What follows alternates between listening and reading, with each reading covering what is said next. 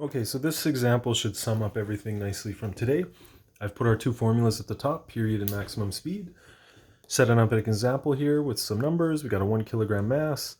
It's oscillating with a period of 0.4 seconds and an amplitude of 0.75 centimeters. We're going to determine its max speed.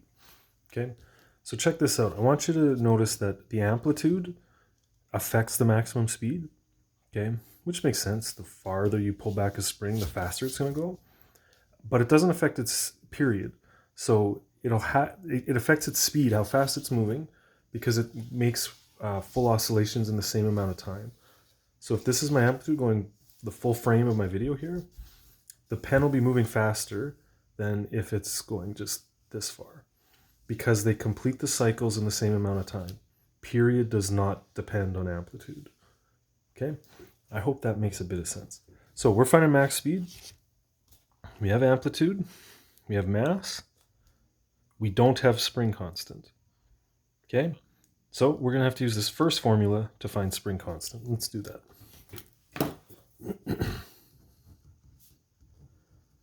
Right, because we have the mass and the period, so we're only missing spring constant. I think it's going to make a lot of sense to square both sides, and that'll get rid of the square root.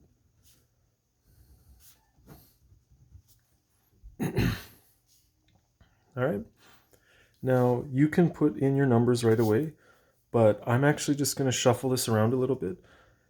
It's really good practice to save your numbers till the end and do as much as you can algebraically. We've seen that a couple of times in the course, and when you're taking Physics 30, that's how I solve all problems, is algebraically and then numbers at the end.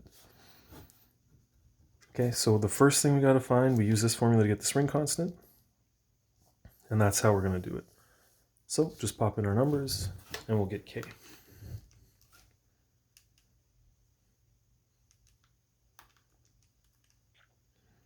I get 247.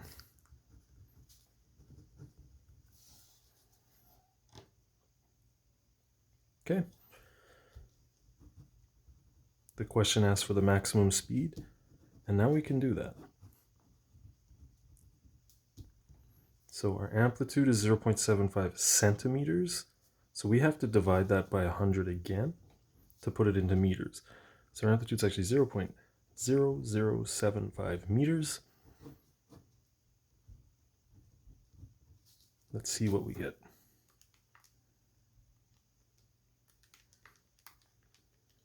Okay, I get an answer 0.12. And that will be meters per second. You could write that as centimeters per second. It might look nicer. Might make more sense with the context of the question, but meters per second is always allowed, is always welcome, will always be correct. All right.